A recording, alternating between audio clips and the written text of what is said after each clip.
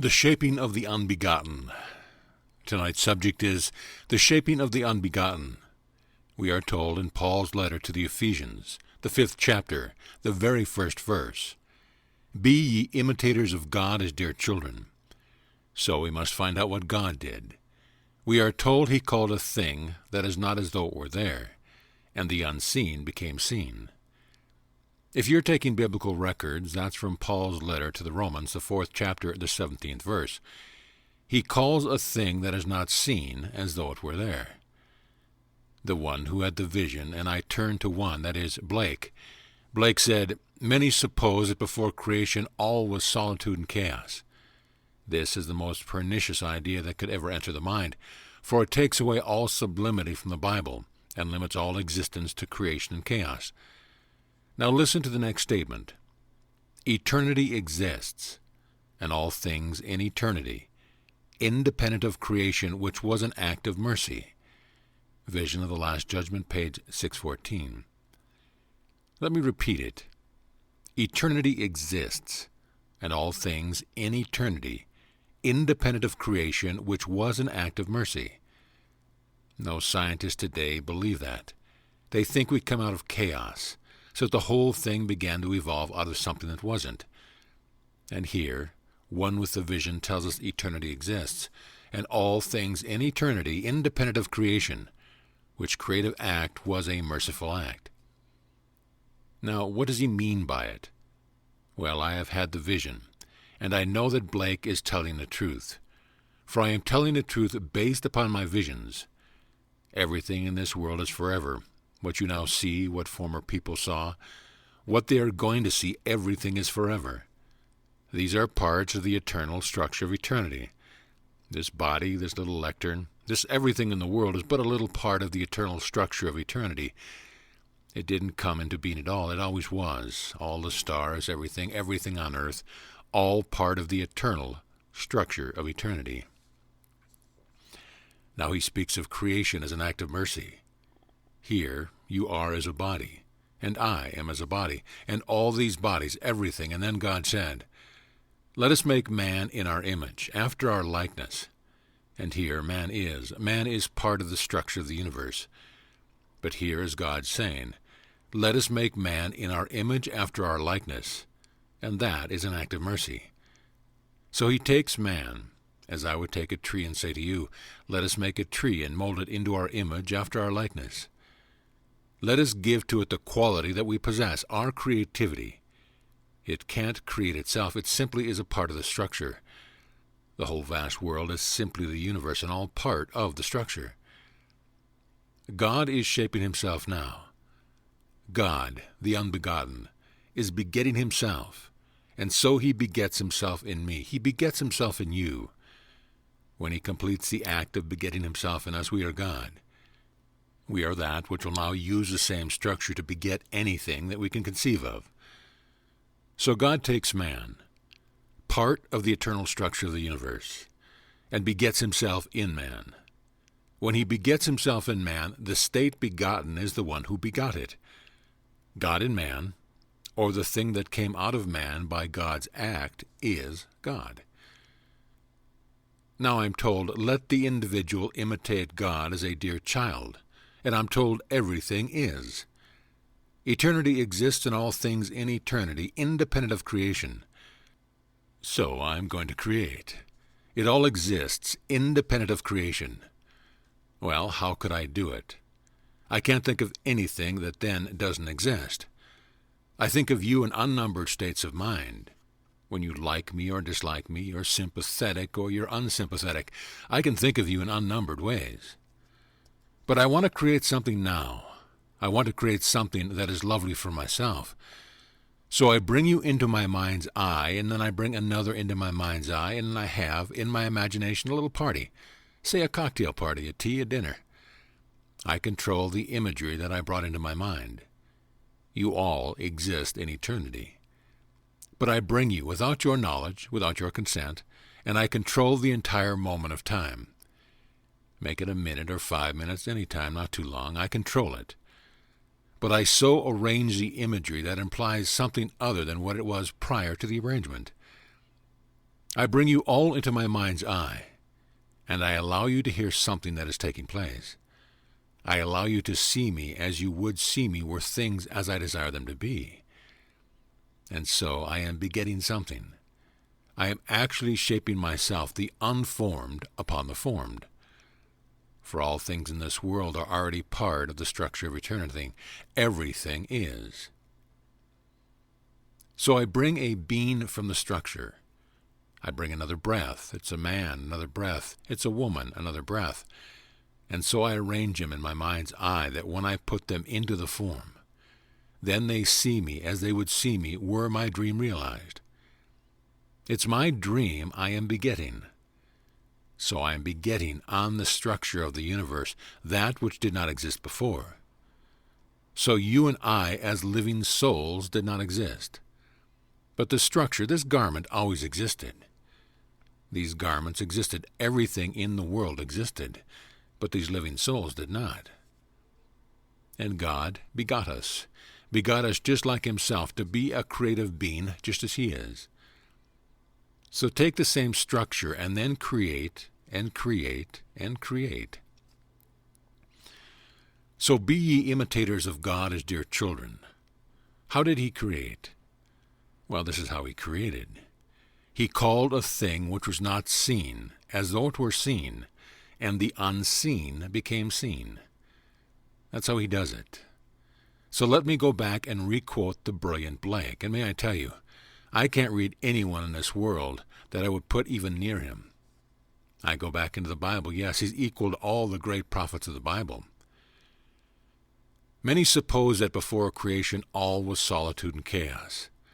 That is the most pernicious idea that could enter the mind, for it takes away all sublimity from the Bible and then limits existence to creation and chaos. Eternity exists, and all things in eternity, independent of creation, which was an act of mercy. Just imagine if God did not take that which is always eternal, and through this wonderful, intense desire on his part to create humans out of that which was, we would not be here as living, sentient beings, creating, yes, miscreating, but creating.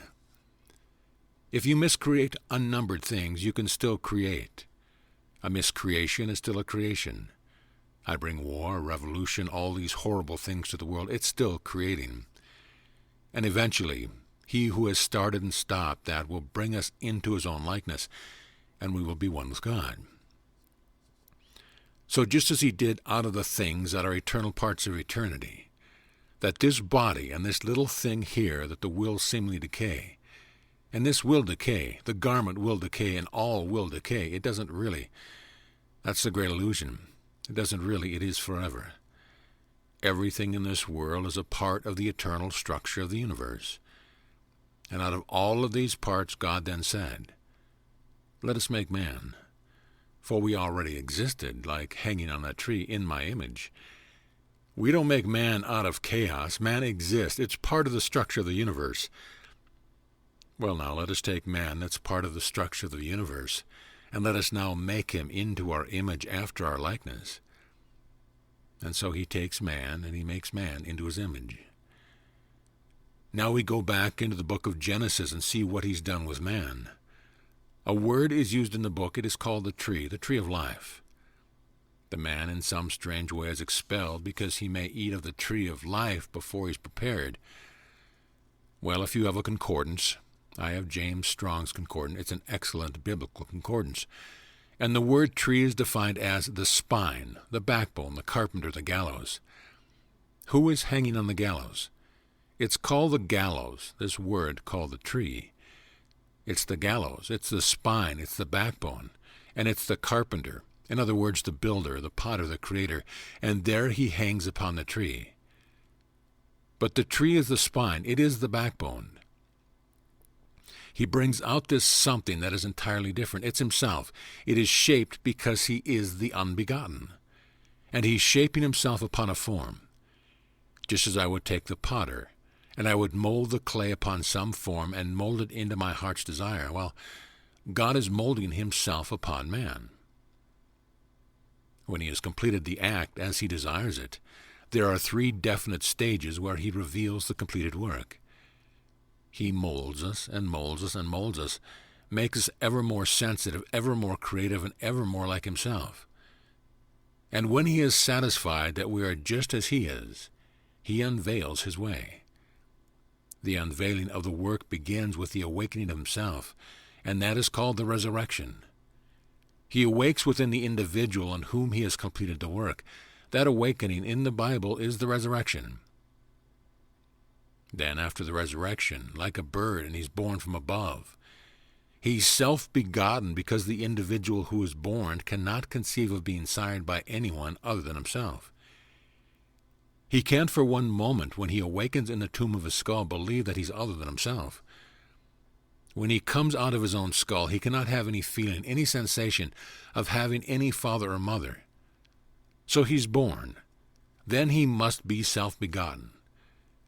God is so begetting himself that when he begets himself, the thing begotten is God.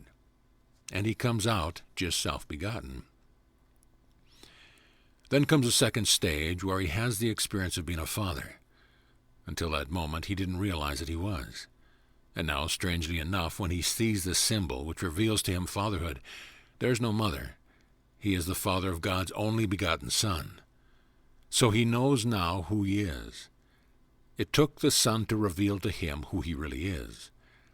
Then comes the third symbol, and the third symbol, where the entire veil that separated the two is torn from top to bottom. From the top of his skull to the bottom of his spine, he is severed in two. And then the 10th chapter, the 19th verse of Hebrews, tells you the purpose of that severing. From that moment on, the two become one. They're not two anymore. They were separated by a veil, and the veil was the body of God, having torn the entire thing from top to bottom. And then, strangely enough, you see yourself. And I may quote Blake again, "I behold the vision of my deadly sleep of 6,000 years, dazzling around thy skirts like a serpent of precious stones and gold. I know it is myself, O my divine Creator and Redeemer." In that moment you see the being that created you, and you are the very being who created you. It is a self-creation. God begot himself on the mold called man. And at that moment when you see it, after the splitting from the top to the bottom, you see this lovely liquid golden light. It's you, and you know it. You say, "I know it is my very self, O my divine Creator and Redeemer." And then you, as the very being who created it, you, as it, move up now in serpentine form right into Zion. So all go into Zion, all go into the New Jerusalem. So creation is an act of mercy. It was always part of the eternal structure of the universe. And those who have taken certain drugs have seen a certain act and recorded it to those who would record what they are seeing. I am seeing a man emptying coal, and strangely enough, on this level of my being, he was always emptying coal. There was never a time in eternity he was not doing what he was doing, though at the moment it seemed to be he's doing what he's doing because someone ordered coal only at that moment in time. And yet he was always doing what he's doing, part of the structure of the universe. That we are here tonight, and if you could see it on a higher level, we have always been here. We are all structures, part of the structure of the universe. But out of these structures, God, in his infinite mercy and intense longing, is begetting himself. Now let me quote you the 4th chapter, the 12th verse of Job. "And a thing." One book calls it a thing.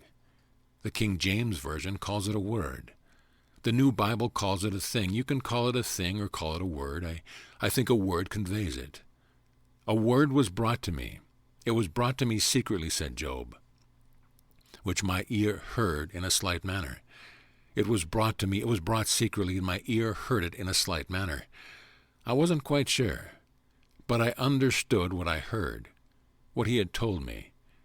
And then the story of Job. In Job 10 he said, "You know that I am without guilt. Thou knowest that I am without guilt. Why then do thus try by torture to extract from me a confession of guilt? You know I am without guilt, that's man. Here is a man. I know I didn't do a thing to come into this world, but a priest tells me that I have sinned, or my father and mother sinned, because they begot me in this physical state. I know I didn't do a thing. I found myself here. And then my parents must go to church and pay a certain sum of money to the church and confess their mortal sin because they express the normal, natural function of the body. Yes, millions do that every day on this world, and the church gets richer and richer as they're made to confess their sins. So Job makes this statement, "You know I am without guilt.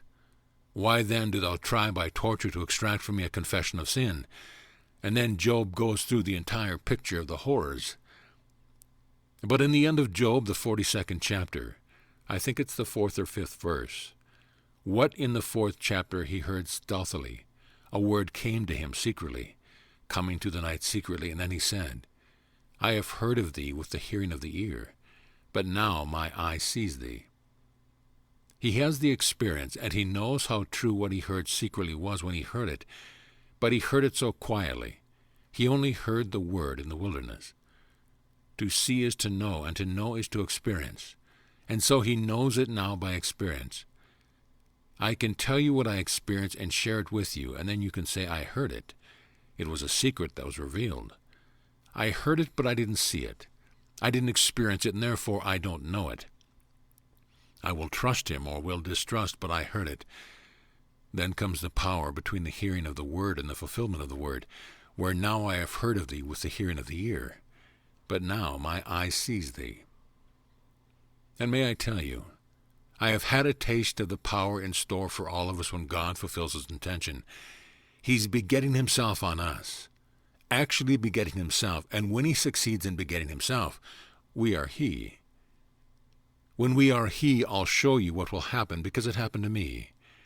I have glimpsed and I have tasted of this power, and the structure remains forever and ever. I came upon a scene just like this, and it was all animated, all having a seemingly enjoyable, independent action. They all were at dinner. Dinner was being served. Birds were flying, leaves were falling, everything was in action, and it seemed completely independent of my perceptions. Then at that moment in time, I know that if I could arrest in me an activity, that then at that moment I felt everything would cease. So I arrested the activity, and it froze. The whole vast scene, it was arrested. And through the window, a huge big black tree, the leaves were falling. They couldn't fall, and they were arrested in space. The birds trying to fly, they were arrested in flight, and everything froze. And there I am observing this part of the structure of the universe. Anyone prior to that moment would have thought they were completely independent of anything external to themselves. They could have ordered liver instead of duck. As the little dentist, the menace said, "You mean that you can order anything in this world, and you order liver?" They went into a restaurant, and the father had a wonderful menu before him, and all of a sudden the father, who could never get it home, because Dennis wouldn't have it, the mother wouldn't cook it, so in the restaurant he ordered liver. And Dennis's remark was, "What, you mean you can have anything and you order liver?" Well, here in this restaurant they could order anything, and whatever they ordered, if it was possible to be served, they would be served. Their thoughts were completely free to do anything, and the birds started from one limb to another, and they were free to make the limb. When I appearing upon that scene, I knew that nothing was independent of my perception of it. For I froze the activity in me that allowed action to take place in this world, and everything stood still. The bird didn't fall out of the tree, which caused me after the experience to question seriously man's concept of gravitation. For a bird in flight, if arrested, would fall to the ground. A leaf, if arrested, would continue unless some sudden current of the air takes it out. But all of the leaves that were falling remained just where they were when I arrested them, and the birds in flight remained spatially without falling to the ground. The waitress, she was walking and she walked not. Those who were dining, they dined not. Everything froze. He couldn't carry the spoon from his soup. He couldn't continue the action of soup to his mouth. And then looking at them, amazed as I was, and then I released the activity in me, and they completed their intention. The diners, dined. The birds intending to fly continued the action and completed their intention, and they didn't fall to the ground. All things moved on their intention. So I tasted of the power that is in store for all of us when God completes his intention in begetting out of these permanent forms something other than this form. This is not the being you're talking to any more than you are the being that I am looking at. The unbegotten is forming himself, shaping himself on these forms. He needs a form, and I need form to beget something else. So I bring you tonight into my world. I bring another into my world, and then I talk to these two in my world from a certain premise, which if true implies I've realized my dream. And so I say to him, you know what's happened. But I am begetting something. I am using forms to form the unbegotten. Form what? Well, the unbegotten's name is I am. That's his name. And so I may be in need of a job. Well, the word job is something formed. I am is unformed, the unbegotten. I want to beget something. I want to get a job. And so I bring you into my mind's eye. I bring another into my mind's eye, and we have a little tete-a-tete. And then whatever is taking place must imply I have what I want. What it implies, I am molded on these forms, myself the unbegotten. I am begetting something. What am I begetting? I am begetting a job. So when I fulfill my act and I actually get the job, I am imitating my Father as a dear child. So be ye imitators of God as dear children. Imitate God. Just as he brought these entities into being by using eternal forms, then we take the same forms and we use them to bring in on a lower level what we want to bring into the world. So I want to bring in a job, not only for myself. Bring it in for a friend, bring it in for another. So I take anyone, ask him what he wants. Know what he wants, all right? Then test my talent to take from these eternal forms what I think. If I arrange them in a proper manner and then loose myself in the state, I would produce out of that which in itself it doesn't have. So I take any gathering. You can gather anyone and gather in such a manner that when it's gathered together and the conversation starts, the conversation plus those present would imply something other. The something other is what you are begetting. So you are begetting something in this world. So man can beget anything in this world by using these eternal forms. Let's go back to Blake. When Blake wrote this, it's called The Vision of the Last Judgment. And Blake, I would put my head this night on a block that every word of it is true. Blake never had any ambition to be known in the world, only to transcend it, just to reveal God's vision. And when he said, the Bible and the 4 Gospels and Revelations, he did not mention any of the parts of the epistles. Any epistles, he said, the 4 Gospels, Matthew, Mark, Luke, and John, and Revelation. These are the eternal visions. Then he mentions the Torah, Genesis through Deuteronomy, the 5 books. Then he mentions, read all of them. He implies without naming that these are eternal visions. Now he said, the vision of the Last Judgment is not allegory. It is not mystery, it is vision. And he tells you exactly what he means by vision as against a myth, as against an allegory.